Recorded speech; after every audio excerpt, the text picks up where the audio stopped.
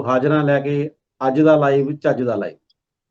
ਜਿਵੇਂ ਆਪ ਜੀ ਜਾਣਦੇ ਹੋ ਕਿ ਇਸ ਪ੍ਰੋਗਰਾਮ ਦੇ ਵਿੱਚ ਅਸੀਂ ਕੋਸ਼ਿਸ਼ ਕਰੀਦੀ ਹੈ ਕਿ ਜਿਹੜੀਆਂ ਸੰਜੀਦਾ ਗੱਲਾਂ ਨੇ, ਜਿਹੜੀਆਂ ਸਾਡੇ ਵਾਸਤੇ ਸਮਝਣੀਆਂ ਵਿਚਾਰਨੀਆਂ ਬਹੁਤ ਜ਼ਰੂਰੀ ਨੇ, ਉਹਨਾਂ ਉੱਤੇ ਵਿਚਾਰ ਵਟਾਂਦਰਾ ਕੀਤਾ ਜਾਵੇ, ਉਹਨਾਂ ਨੂੰ ਇਸ ਪ੍ਰੋਗਰਾਮ ਦਾ ਵਿਸ਼ਾ ਬਣਾਇਆ ਜਾਵੇ।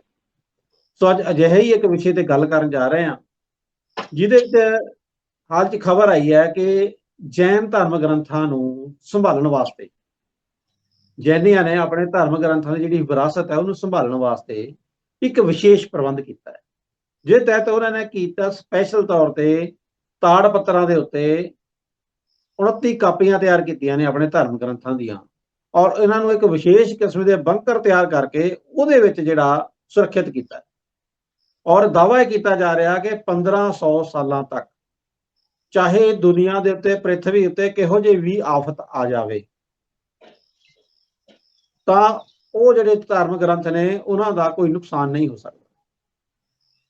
ਜਿੱਥੇ ਕਿ ਦੂਜੇ ਪਾਸੇ ਇਹ ਵੀ ਅਕਸਰ ਕਿਹਾ ਜਾਂਦਾ, ਹਾਲਾਂਕਿ ਅੱਜ ਦੇ ਯੁੱਗ ਦੇ ਵਿੱਚ, ਡਿਜੀਟਲ ਯੁੱਗ ਦੇ ਵਿੱਚ ਇਹ ਗੱਲ ਸਮਝੀ ਜਾਂਦੀ ਹੈ ਕਿ ਜਿਹੜੀ ਆਨਲਾਈਨ ਤੁਹਾਡੀ ਚੀਜ਼ ਪੈ ਗਈ ਉਹ ਸੁਰੱਖਿਅਤ ਰਹਿ ਸਕਦੀ ਹੈ, ਪਰ ਜਿਸ ਤਰੀਕੇ ਨਾਲ ਦੁਨੀਆ ਦੇ ਵਿੱਚ ਵਾਰ ਚੱਲ ਰਹੀ ਹੈ, ਇੱਕ ਦੂਜੇ ਨਾਲ ਇੰਟਰਨੈਟ ਤੇ ਵਾਰ ਚੱਲ ਰਹੀ ਹੈ, ਇਸੇ ਤਰੀਕੇ ਨਾਲ ਕੋਈ ਵੀ ਚੀਜ਼ ਦਾ ਕਿਸੇ ਵੀ, ਕਿਉਂਕਿ ਕੁਝ ਚੋਣਵੀਆਂ ਕੰਪਨੀਆਂ ਦੇ ਕੋਲ, ਕੁਝ ਚੋਣਵੇਂ ਮੁਲਕਾਂ ਦੇ ਕੋਲ ਇਸ ਚੀਜ਼ਾਂ ਦੀ ਜਿਹੜੀ ਆ ਉਹਦੀ ਸੰਭਾਲ ਜਿਹੜੀ ਆ ਉਹ ਹੋ ਰਹੀ ਆ ਡਾਟਾ ਦੀ, ਤੋਂ ਕਿਤੇ ਨਾ ਕਿਤੇ ਅਗਰ ਡਾਟਾ ਨੂੰ ਨੁਕਸਾਨ ਪਹੁੰਚਦਾ ਤਾਂ ਜਿਹੜੀਆਂ ਡਿਜੀਟਲ ਚੀਜ਼ਾਂ ਨੇ ਉਹਨਾਂ ਦਾ ਵੀ ਕਿਤੇ ਨਾ ਕਿਤੇ ਜਿਹੜੀ ਆ ਭਵਿੱਖ ਉਹ ਖਤਰੇ 'ਚ ਪੈ ਸਕਦਾ। ਅਜਿਹੇ ਹਾਲਾਤ ਦੇ ਵਿੱਚ ਸਿੱਖ ਪੰਥ, ਜਿਹੜਾ ਕਿ ਪੰਜਾਬ ਦੀ ਵਿਰਾਸਤ ਨੂੰ ਦਾ ਪ੍ਰਤੀਬਿੰਬ ਹੈ, ਪ੍ਰਤੀਕ ਹੈ, ਉਹ ਇਹਦੇ ਬਾਰੇ ਕੀ ਸੋਚਦਾ, ਉਹਦੀ ਕੀ ਰਣਨੀਤੀ ਹੈ, ਉਹਨਾਂ 'ਚ ਕਿੰਨੀ ਕੁ ਅਵੇਅਰਨੈਸ ਹੈ, ਇਹ ਸਾਰੇ ਉੱਤੇ ਚਰਚਾ ਕਰਾਂਗੇ। ਚਰਚਾ ਕਰਨ ਵਾਸਤੇ ਸਾਡੇ ਨਾਲ ਅੱਜ ਮੌਜੂਦ ਨੇ live Bhai Sahib, Bhai Harsimran Singh ji, Bhai Gurdas institute of advance Sikh study ਦੇ ਡਾਇਰੈਕਟਰ ਨੇ।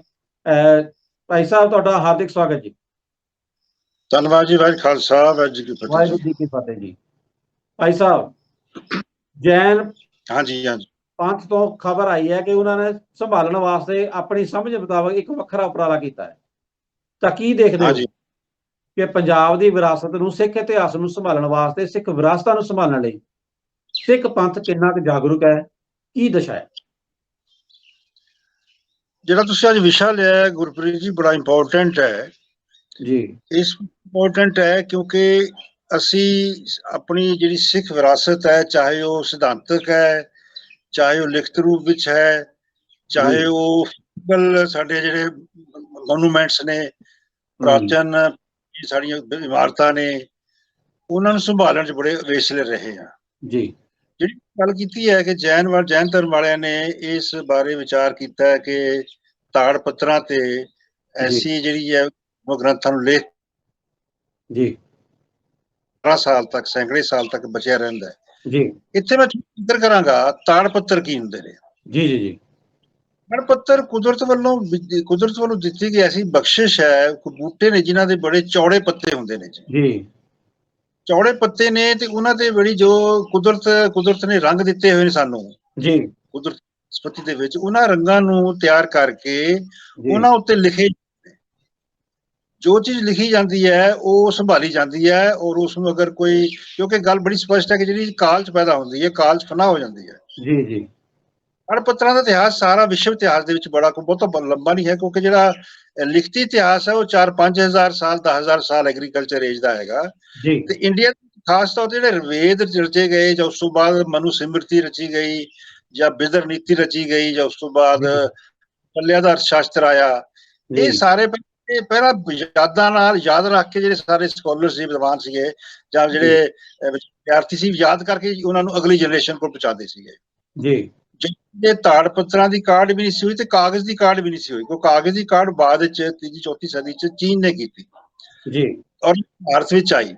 ਸੋ ਤਾੜ ਪੱਤਰ ਐਸੇ ਨੇ ਜਿਹਦੇ ਨਾਲ ਕਿ ਸਾਡੀ ਜਿਹੜੀ ਚੀਜ਼ ਹੈ ਉਹ ਸਦੀਆਂ ਤੱਕ ਸੰਭਾਲੀ ਜਾਂਦੀ ਹੈ ਜੀ। ਤੇ ਜਿਹੜੀਆਂ ਤਾੜ ਪੱਤਰਾਂ ਤੋਂ ਖਾਸ ਤੌਰ ਤੇ ਜਿਹੜੀ ਕਟੋਲਿਆਂ ਦਾ ਅਰਥ ਸ਼ਾਸਤਰ ਹੈ, ਔਰ ਮਨੂ ਸਿਮਰਤੀ ਜਦੋਂ ਅੰਗਰੇਜ਼ੀ ਟ੍ਰਾਂਸਲੇਸ਼ਨ ਕੀਤੀ ਗਈ ਸੰਸਕ੍ਰਿਤ ਤਾੜ ਪੱਤਰਾਂ ਤੋਂ, ਤਾਂ ਵਿਸ਼ਵ ਦੇ ਨਾਲ ਯੂਸ ਹੋਈ ਹੈ ਸਾਰੀ ਜਿਹੜੀ ਗਿਆਨ ਹੈ, ਸਮਝਿਏ ਨਾ।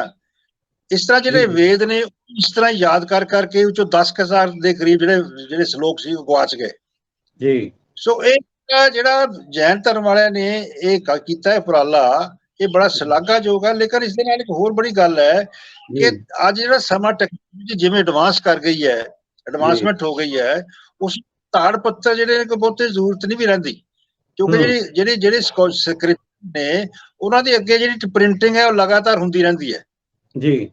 ਠੀਕ ਹੈ ਨਾ ਜੀ, ਲਗਾਤਾਰ ਪ੍ਰਿੰਟਿੰਗ ਹੋਣ ਨਾਲ ਸੰਭਾਲੀ ਜਾਂਦੀ ਹੈ। ਲੇਕਿਨ ਇੱਕ ਖਾਸ ਚੀਜ਼ ਐਸੀ ਹੁੰਦੀ ਹੈ ਕਿ ਜਿਹੜੇ ਇੱਕ ਖਾਸ ਸਮੇਂ ਦੇ ਵਿੱਚ ਕਿਸੇ ਚੀਜ਼ ਦੇ ਨਾਲ ਮੁੱਖ ਰੱਖ ਕੇ ਕੋਈ ਅਗਰ ਤਾੜ ਪੱਤਰਾਂ ਤੇ ਜਾਂ ਹੋਰ ਕਿਸੇ ਐਸੇ ਤਰੀਕੇ ਨਾਲ ਸੰਭਾਲੀ ਜਾਂਦੀ ਹੈ, ਉਹਦੇ ਹਜ਼ਾਰਾਂ ਸਾਲ ਬਾਅਦ ਆਪਣੀ ਵੈਲਿਊ ਹੈ ਜੀ, ਉਹਦੀ ਜਿਹੜੀ ਸਿਗਨੀਫੀਕੈਂਸ ਹੈ ਬੜੀ ਬਣ ਜਾਂਦੀ ਕਿ ਜਦੋਂ ਮਤਲਬ ਅੱਜ ਅਸੀਂ ਬਹਿ ਰਹੇ ਹਾਂ 2000 ਚ ਬੈਠੇ ਆ, 3500 ਸਾਲ ਜਾਂ 4000 ਸਾਲ ਤੱਕ ਜਦੋਂ ਉਹ ਨਾਲ ਰਸੋਣਗੇ, ਉਹ ਜਦੋਂ ਵੇਖਣਗੇ ਕਿ ਸਾਡੇ ਬਜ਼ੁਰਗਾਂ ਨੇ ਆਪਣੇ ਹੱਥ ਨਾਲ ਪੱਤਰਾਂ ਨਾਲ ਸਾਡੀ ਸਕ੍ਰਿਪਚਰ ਸੰਭਾਲ ਕੀਤੀ ਹੈ, ਤੇ ਨੇਚਰਲੀ ਉਹਨਾਂ ਦੇ ਧਰਮ ਦੇ ਫੈਲਾਅ ਜਾਂ ਉਸਦੇ ਧਰਮ ਦੀ ਜਿਹੜੀ ਦੇ ਵਿੱਚ ਹੋਰ ਵਾਧਾ ਹੁੰਦਾ ਹੈ ਜੀ। ਹੁਣ ਤੁਸੀਂ ਜਿਹੜਾ ਵਿਸ਼ਾ ਲਿਆ ਹੈ ਉਹ ਬੜਾ ਇੰਪੋਰਟੈਂਟ ਇਸ ਕਰਕੇ ਹੈ ਕਿ ਤੁਸੀਂ ਜੈਨ ਧਰਮ ਵਰਸਸ ਸਿੱਖ ਵਿਰਾਸਤ ਨੂੰ ਲਿਆ ਹੈ ਜੀ। ਇਹਦੇ ਵਿੱਚ ਬੜੀ ਸਪਸ਼ਟ ਗੱਲ ਹੈ ਕਿ ਜਿਹੜੀ ਕਾਗਜ਼ ਦੀ ਕਾਢ ਤਾਂ ਨਿਕਲ ਗਈ ਸੀ, ਲੇਕਿਨ ਜਿਹੜੀ ਪ੍ਰਿੰਟਿੰਗ ਪ੍ਰੈਸ ਦੀ ਕਾਢ ਹੈ ਨਾ ਜੀ, ਉਹ 1469 ਦੇ ਵਿੱਚ ਜੋਹਾਨ ਗਟਨਬਰਗ ਨੇ ਜਰਮਨੀ ਚ ਕੀਤੀ ਸੀ ਜੀ। ਕਿ ਉਸ ਤੋਂ ਪਹਿਲਾਂ ਵੀ ਜਿਹੜੀ ਸਾਰੇ ਹੱਥ ਕਾਗਜ਼ਾਂ ਤੇ ਜਿਹੜੇ ਕਾਗਜ਼ਾਂ ਤੇ ਹੱਥ ਲਿਖਤ ਜਾਂ ਕੱਪੜਿਆਂ ਤੇ ਜੋ ਕੁ ਲਿਖਿਆ ਜਾਂਦਾ ਸੀਗਾ, ਇਹ ਪ੍ਰਚਲਿਤ ਸੀਗੇ ਜੀ। ਜੋਹਾਨ ਗਟਨਬਰਗ ਦੀ ਕਾਢ ਨਾਲ ਜਿਹੜੀ ਉਹਨਾਂ ਨੇ ਸਭ ਤੋਂ ਪਹਿਲਾਂ 300 ਕਾਪੀ ਬਾਈਬਲ ਦੀ ਛਾਪੀ ਸੀ ਜੀ, ਔਰ 1 ਸਾਲ ਦੇ ਵਿੱਚ ਉਸ ਦੀ ਮਸ਼ੀਨ ਤੇ ਜੋ ਹੋਇਆ ਤੇ 10,000 ਦੇ ਕਰੀਬ ਕਿਤਾਬਾਂ ਦੇ ਟਾਈਟਲ ਛਪ ਗਏ ਸੀਗੇ। ਸੋ ਉਸ ਸਮੇਂ ਤੋਂ ਲੈ ਕੇ ਜਿਸ ਤਰੀਕੇ ਨਾਲ ਗਿਆਨ ਦੇ ਵੱਖ-ਵੱਖ streams of knowledge the technology ਔਰ ਮੈਥਮੈਟਿਕਸ ਔਰ ਸੋਸ਼ਲ ਸਾਇੰਸਿਸ ਔਰ ਟੈਕਨੋਲੋਜੀ ਦਾ ਵਿਕਾਸ ਹੋਇਆ ਹੈ, ਉਹਦੇ ਵਿੱਚ ਉਸ ਜੋਹਾਨ ਗਟਨਬਰਗ ਦਾ ਬਹੁਤ ਵੱਡਾ ਯੋਗਦਾਨ ਹੈ। ਇੱਕ ਤਾਂ ਗੱਲ ਇਹ ਹੈ ਜੀ। ਦੂਸਰੀ ਗੱਲ ਇਹ ਹੈ ਕਿ ਇਸ ਨੂੰ ਜਦੋਂ ਵਿਰਾਸਤ ਦੀ ਸੰਭਾਲ ਦੀ ਗੱਲ ਕਰਦੇ ਆ, ਜਿਹੜਾ ਆਪਣਾ ਆਈਡੀਆ ਅਸੀਂ ਲੈ ਸਕਦੇ ਜੈਨ ਧਰਮ ਦੀ ਇਸ ਯਤਨ ਤੋਂ, ਉਹ ਇਹ ਹੈ ਕਿ ਵਿਰਾਸਤ ਦੀ ਸੰਭਾਲ ਜੀ, ਇਹ ਵਿਰਾਸਤ ਦੀ ਸੰਭਾਲ ਕਿਸ ਢੰਗ ਦੇ ਨਾਲ ਕੀਤੀ ਜਾਵੇ, ਠੀਕ ਹੈ ਨਾ ਜੀ। ਸੋ ਇੱਥੇ ਆ ਕੇ ਵਿਰਾਸਤ ਦੇ 3-4 ਪੱਖ ਬਣ ਜਾਂਦੇ ਜੀ। ਇੱਕ ਤਾਂ ਲਿਖਤੀ ਫਿਜ਼ੀਕਲ ਵਿਰਾਸਤ ਹੈ, ਸਾਡੀ ਫਿਲਾਸਫੀ ਦੇ ਵਿੱਚ ਵਿਚਾਰਾਂ ਦੀ ਜੀ। ਇੱਕ ਹੁੰਦੀ ਇਹਦੀ ਸਿਧਾਂਤਕ ਵਿਰਾਸਤ, ਜਿਹੜੀ ਬਾਣੀ ਉਹਦੇ ਮੁਤਾਬਕ ਜੀਵਨ ਚਲਾਉਣਾ ਹੁੰਦਾ ਹੈ, ਉਸ ਨੂੰ ਚੱਲ ਕੇ ਜੀ। ਤੀਸਰਾ ਮੁੱਦਾ ਹੈਗਾ ਫਿਜ਼ੀਕਲ ਵਿਰਾਸਤ, ਕਿ ਜੋ ਸਾਡੇ ਇਤਿਹਾਸ ਦੇ ਵਿੱਚ ਜੋ ਘਟਨਾਵਾਂ ਜਾਂ ਸਾਡੇ ਜੋ ਰਾਜੇ ਮਹਾਰਾਜਾ ਹੋਏ ਜਾਂ ਗੁਰੂ ਸਾਹਿਬਾਨ ਹੋਏ ਜਾਂ ਸਾਡੇ ਜਿਨ੍ਹਾਂ ਨੇ ਗੁਰੂ ਨਗਰ ਵਸਾਏ, ਦੇਖੋ ਸਾਡੇ ਵੇਖਿਆ ਜਾਏ ਤਾਂ ਸਾਡੇ ਸਿੱਖ ਇਤਿਹਾਸ ਦੇ ਵਿੱਚ ਗੁਰੂ ਸਾਹਿਬ ਨੇ, ਗੁਰੂ ਗੋਬਿੰਦ ਸਿੰਘ ਸਾਹਿਬ ਨੇ ਅਨੰਦਪੁਰ ਸਾਹਿਬ ਤੱਕ, ਗੁਰੂ ਨਾਨਕ ਸਾਹਿਬ ਦੇ ਕਰਤਾਰਪੁਰ ਤੋਂ ਲੈ ਕੇ ਖਡੂਰ ਸਾਹਿਬ, ਗੋਇੰਦਵਾਲ ਸਾਹਿਬ, ਤਰਨਤਾਰਨ, ਅੰਮ੍ਰਿਤਸਰ ਸਾਹਿਬ ਔਰ ਅਨੰਦਪੁਰ ਸਾਹਿਬ, ਕੀਰਤਪੁਰ ਸਾਹਿਬ, ਸਿਰਫ 5-6 ਨਗਰ ਵਸਾਏ ਨੇ ਜੀ ਜੀ ਜੀ। ਇਹਨਾਂ 5-6 ਨਗਰਾਂ ਦੇ ਵਿੱਚ ਸਾਡੀ ਸਾਰੀ ਵਿਰਾਸਤ ਸਮਾਈ ਹੋਈ ਹੈ ਜੀ।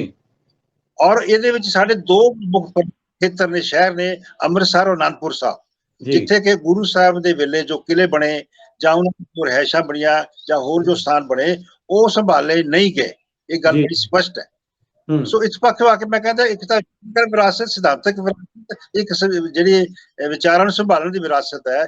ਇਸ ਬਾਰੇ ਇਸ ਜੈਨੀਆਂ ਦੇ ਯਤਨਾਂ ਨੇ ਜੋ ਤੁਸੀਂ ਵਿਸ਼ਾ ਲਿਆ ਹੈ, ਇਸ ਬਾਰੇ ਸਾਨੂੰ ਜਾਗਰੂਕ ਜ਼ਰੂਰ ਕੀਤਾ ਹੈ ਕਿ ਆਉਣ ਵਾਲੇ ਸਮੇਂ 'ਚ ਅਸੀਂ ਆਪਣੀ ਵਿਰਾਸਤ ਨੂੰ ਕਿਵੇਂ ਸੰਭਾਲਣਾ ਹੈ।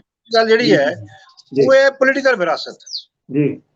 ਤੁਹਾਨੂੰ ਯਾਦ ਹੋਵੇਗਾ ਕਿ 1975 ਦੇ ਜਦੋਂ ਲੱਗੀ ਸੀ ਤਾਂ 1977 ਜਦੋਂ ਜਨਤਾ ਪਾਰਟੀ ਦਾ ਰਾਜ ਆਇਆ ਤਾਂ ਇੰਦਰਾ ਗਾਂਧੀ ਨੇ ਆਪਣੇ ਸਮੇਂ ਦੀ ਜੋ ਇਤਿਹਾਸਕ ਸੀਗਾ, ਆਪਣੀ ਉਹਦਾ ਰੋਲ ਸੀ, ਉਸ ਨੂੰ ਲਿਖ ਕੇ ਲਾਲ ਕਿਲੇ ਦੇ ਵਿੱਚ 100 ਮੀਟਰ ਦੀ 100 ਫੁੱਟ ਤੇ ਸ਼ਾਇਦ ਉਹ ਡੂੰਘੀ ਹੋਈ ਸੀ। ਅੱਛਾ। ਤਾਂ ਮੁਰਾਰਜੀ ਦੇਸਾਈ ਨੇ ਜਨਤਾ ਪਾਰਟੀ ਦਾ ਰਾਜ ਤੋਂ ਬਾਅਦ ਉਸ ਨੂੰ ਬਾਹਰ ਕਢਾਇਆ, ਬਾਹਰ ਕਢਾ ਕੇ ਉਸ ਤੋਂ ਬਾਅਦ ਫਿਰ ਨਵੀਂ ਹਿਸਟਰੀ ਲਿਖੀ ਔਰ ਉਹ ਦੱਬੀ ਹੋਈ ਹੈ ਲਾਲ ਕਿਲੇ 'ਚ ਜੀ। ਮੂਲ ਮੁੱਦਾ ਇਹ ਹੁੰਦਾ ਹੈ ਕਿ ਜਿਹੜੀ ਆਉਣ ਵਾਲੇ ਤੁਸੀਂ ਕਿਹਾ ਕਿ ਅੱਜ ਕੱਲ੍ਹ ਆਟਮੀ ਜੰਗਾਂ ਦਾ ਖਤਰਾ ਹੈ, ਕਾਲ ਦੇ ਵਿੱਚ ਜਿਹੜੀ ਚੀਜ਼ਾਂ ਹਵਾ ਪਾਣੀ ਪ੍ਰਦੂਸ਼ਿਤ ਹੋ ਗਿਆ, ਉਸ ਨਾਲ ਜਿਹੜੀ ਸਾਡੀਆਂ ਚੀਜ਼ ਲਿਖਤਾਂ ਨੇ ਉਹ ਖਤਮ ਹੋ ਸਕਦੀਆਂ ਨੇ। ਤਾਂ ਸਾਨੂੰ ਉਹਨਾਂ ਨੂੰ ਸੰਭਾਲਣ ਵਾਸਤੇ ਤਾੜ ਪੱਤਰਾਂ ਇਸ ਤਰੀਕੇ ਨਾਲ ਪ੍ਰਬੰਧ ਕਰਨਾ ਚਾਹੀਦਾ ਹੈ, ਜ਼ਮੀਨ ਦਰੋਜ਼ ਕਰਕੇ, ਜਿਹਨਾਂ ਸਾਡੀ ਸੰਭਾਲੀ ਜਾਏ, ਆਉਣ ਵਾਲੀ ਜਨਰੇਸ਼ਨ ਤੱਕ ਇੱਕ ਜਨਰੇਸ਼ਨ ਦਾ ਮੈਸੇਜ ਪਹੁੰਚਾਉਣਾ ਹੈ। ਇਹਦੇ ਵਿੱਚ ਮੈਂ ਸਮਝਦਾ ਸਿੱਖਾਂ ਨੂੰ ਸਾਨੂੰ ਡਿਸਕਸ ਕਰਨਾ ਚਾਹੀਦਾ ਹੈ ਸਾਡੀ ਸਿੱਖ ਵਿਰਾਸਤ ਕਿੱਥੇ ਗਈ ਹੈ ਜੀ। ਜਿਵੇਂ ਤੁਸੀਂ ਸਵਾਲ ਕਰ ਸਕਦੇ ਹੋ ਜੀ। ਜੀ ਗੱਲ ਹੈ ਜੀ, ਵੀ ਗੱਲ ਅਸਲੀ ਇਹ ਹੈ ਕਿ ਪਹਿਲੀ ਗੱਲ ਤੁਸੀਂ ਜਿਹੜੀ ਦੱਸੀ ਕਿ ਵਿਰਾਸਤ ਦੇ ਅਲੱਗ-ਅਲੱਗ ਪੜਾਅ ਨੇ, ਅਲੱਗ-ਅਲੱਗ ਚੀਜ਼ਾਂ ਨੇ, ਅਲੱਗ-ਅਲੱਗ ਸਰੂਪ ਨੇ ਜਿਨ੍ਹਾਂ ਨੂੰ ਸੰਭਾਲਣ ਦੀ ਜ਼ਰੂਰਤ ਹੈ। ਪਹਿਲੀ ਗੱਲ ਤਾਂ ਇਹ ਹੈ। ਦੂਜੀ ਗੱਲ ਇਹ ਹੈ ਕਿ ਉਹਨਾਂ ਨੂੰ ਸੰਭਾਲਣ ਦੇ ਸਾਧਨ ਕਿਹੜੇ-ਕਿਹੜੇ ਹੋ ਸਕਦੇ ਨੇ, ਤੇ ਤੁਸੀਂ ਉਹ ਤੇ ਕਿਵੇਂ ਸੋਚਦੇ ਹੋ ਕਿ ਸਿੱਖ ਫਲਸਫੇ ਨੂੰ ਸੰਭਾਲਣ ਲਈ ਕਿਹੜੀ ਚੀਜ਼ ਹੈ ਜਿਹੜੀ ਚਿਰ ਸਥਾਈ ਹੈ, ਔਰ ਕਿਹੜੀ ਚੀਜ਼ ਵਾ ਸਭ ਤੋਂ ਪਹਿਲੇ ਧਿਆਨ ਦੇਣ ਦੀ ਜ਼ਰੂਰਤ ਆ? ਕੀ ਸਾਨੂੰ ਪਹਿਲੇ ਇਮਾਰਤਾਂ ਸੰਭਾਲਣ ਦੀ ਜ਼ਰੂਰਤ ਆ, ਜਾਂ ਸਾਨੂੰ ਪਹਿਲਾਂ ਜਿਹੜਾ ਆਪਣਾ ਫਲਸਫਾ ਆ ਉਹਨੂੰ ਸਹੀ ਰੂਪ ਦੇ ਵਿੱਚ ਜਿਹੜਾ ਉਹ ਸਮਝਣ ਦੀ ਜ਼ਰੂਰਤ ਆ, ਜਾਂ ਸਾਨੂੰ ਜਿਹੜਾ ਆਪਣਾ ਇਤਿਹਾਸ ਹੈ, ਸਾਡਾ ਜੁਝਾਰੂ ਇਤਿਹਾਸ ਹੈ, ਸਾਨੂੰ ਉਹਦੇ ਤੇ ਜ਼ਿਆਦਾ ਧਿਆਨ ਦੇਣ ਦੀ ਜ਼ਰੂਰਤ ਆ? ਕਿਵੇਂ ਦੇਖਦੇ ਹੋ? ਦੇਖੋ ਸੰਧੂ ਸਾਹਿਬ, ਸਾਰੀ ਚੀਜ਼ਾਂ ਨਾਲ ਨਾਲ ਚੱਲਦੀਆਂ ਨੇ, ਇੰਟਰਲਿੰਕਡ ਨੇ ਸਾਰੀਆਂ ਜੀ, ਇੱਕ ਦੂਜੇ ਨਾਲ ਜੁੜੀਆਂ ਹੋਈਆਂ ਨੇ। ਕਿਉਂਕਿ ਜਿਹੜੀ ਵਿਰਾਸਤ ਹੈ ਨਾ ਜੀ, ਵਿਰਾਸਤ ਕਿਵੇਂ ਸਿਰਜੀ ਜਾਂਦੀ? ਪਹਿਲਾਂ ਤਾਂ ਸਿਧਾਂਤਕ ਵਿਰਾਸਤ ਆਉਂਦੀ ਹੈ ਜੀ, ਕਿ ਜੋ ਸਾਡੇ ਵੱਡੇ ਮਹਾਂਪੁਰਸ਼ ਹੋਏ ਨੇ, ਮਹਾਨ ਹੋਏ ਨੇ, ਜਾਂ ਹੋਰ ਧਰਮਾਂ ਦੇ ਵਿੱਚ ਜੋ ਰਿਸ਼ੀ ਮੁਨੀ, ਉਹਨਾਂ ਨੇ ਇੱਕ ਵਿਚਾਰ ਦਿੱਤਾ ਜੀ, ਉਸ ਵਿਚਾਰ ਦੀ ਅੱਗੇ ਐਕਸਪੈਂਸ਼ਨ ਹੋਈ, ਉਹਦੇ ਕੋਲ ਫਾਲੋਅਰਸ ਬਣੇ, ਉਸ ਨੂੰ ਜਿਵੇਂ ਕੁਦਰਤ ਕੀ ਹੈ, ਜਾਂ ਸਿਧਾਂਤ ਕੀ ਹੈ, ਰੱਬ ਕੀ ਹੈ, ਇਹ ਮਨੁੱਖ ਕੀ ਹੈ, ਮਨੁੱਖ ਨੇ ਕਿਵੇਂ ਜੀਣਾ ਹੈ, ਇਹਦੀ ਨੈਤਿਕ ਸਟੈਂਡਰਡਸ ਕੀ ਹੋਣੇ ਚਾਹੀਦੇ ਨੇ, ਇੱਕ ਚੰਗਾ ਸਮਾਜ ਕਿਵੇਂ ਸਿਰਜਿਆ ਜਾਵੇ, ਇੱਕ ਚੰਗੀ ਜਿਹੜੀ ਵਿਰਾਸਤ ਕਿਵੇਂ ਸਿਰਜਿਆ, ਇਹ ਰਿਸ਼ੀਆਂ ਮੁਨੀਆਂ ਨੇ, ਗੁਰੂ ਸਾਹਿਬਾਨ ਨੇ ਸਾਨੂੰ ਵਿਚਾਰ ਦਿੱਤੇ ਨੇ ਜੀ। ਜਦੋਂ ਵਿਚਾਰ ਜਿਹੜਾ ਹੈ ਉਹ ਇਤਿਹਾਸ ਵਿੱਚ ਉਤਰਦਾ ਹੈ, ਕਿਉਂਕਿ ਜਦੋਂ ਅਮਲ ਵਿੱਚ ਆਉਂਦਾ ਹੈ ਤਾਂ ਇੱਕ ਨਵੀਂ ਤਰ੍ਹਾਂ ਦੀ ਵਿਰਾਸਤ ਸਿਰਜੀ ਜਾਂਦੀ ਹੈ ਜੀ। ਉਹ ਰਾਜਨੀਤਿਕ ਵੀ ਹੈ, ਉਹ ਸਮਾਜਿਕ ਵੀ ਹੈ, ਕਲਚਰਲ ਵੀ ਹੈ, ਤੇ ਵਿਦਿਅਕ ਵੀ ਹੈ, ਤੇ ਸਾਰੇ ਪਾਸੇ ਆਰਥਿਕ ਵਿਰਾਸਤ ਵੀ ਹੈ। ਇਹ ਸਾਰੇ ਉਹਦੇ ਵਿਰਾਸਤ ਦਾ ਫੈਲਾਅ ਹੈ ਸਿਧਾਂਤ ਦਾ।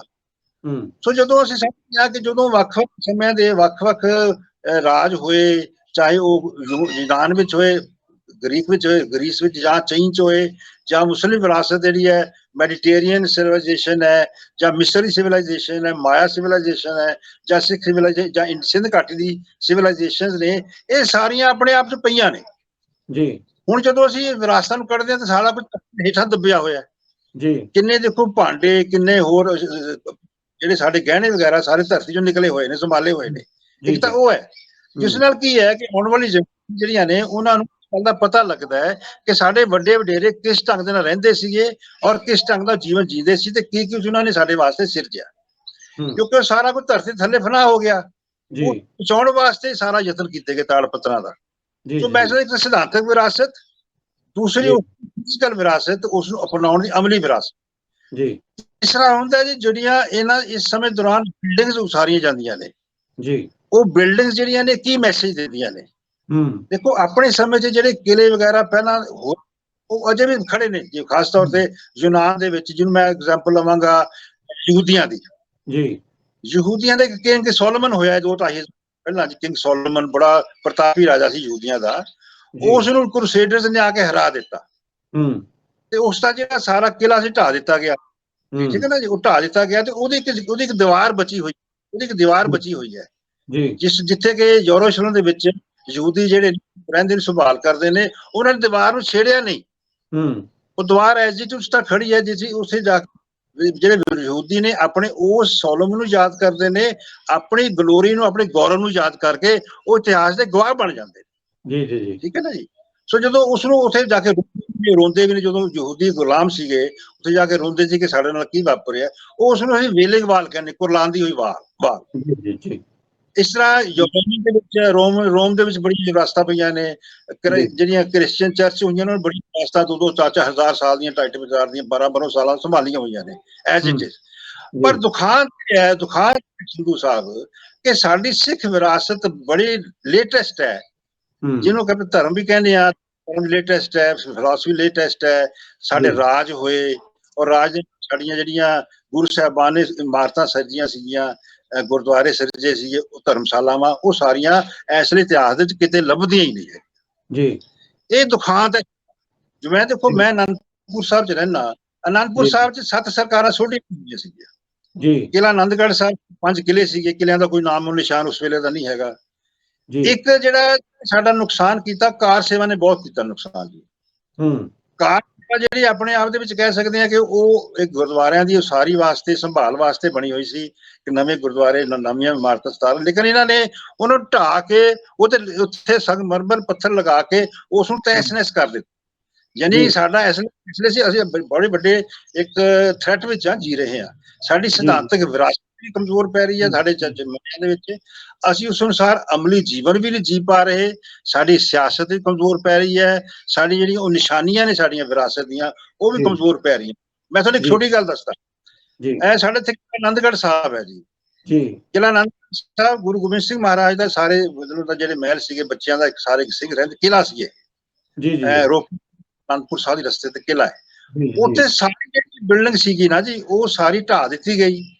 ਔਰ ਉਹ ਜਿਹੜੇ ਹੌਲੀ ਸਾਹਿਬ ਸੀਗੇ ਉੱਥੇ ਪੱਥਰ ਲਗਾ ਦਿੱਤਾ ਗਿਆ। ਉੱਥੇ ਉੱਥੇ ਇੱਕ ਚੰਗੇ ਨੇਮ ਦਾ ਕਮਰਾ ਬਚਿਆ ਹੋਇਆ ਜੀ। ਉਹ ਮਤਲਬ ਅਣਜਾਣ ਖੜਾ ਇਤਿਹਾਸ ਦਾ ਗਵਾਹ ਹੈ ਕਿ ਉਹ ਕਹਿ ਸਕਦੇ ਆ ਵੀ ਗੁਰੂ ਗੋਬਿੰਦ ਸਿੰਘ ਸਾਹਿਬ ਦੇ ਵੇਲੇ ਦਾ ਕਮਰਾ ਹੈਗਾ। ਉਸ ਨੂੰ ਨਹੀਂ ਸੰਭਾਲਿਆ ਜਾ ਰਿਹਾ। ਕੋਈ ਚੇਤਨਾ ਨਹੀਂ ਸਾਡੇ ਆਗੂਆਂ ਦੇ ਵਿੱਚ ਕਿ ਉਹਨੂੰ ਸੰਭਾਲੀਏ।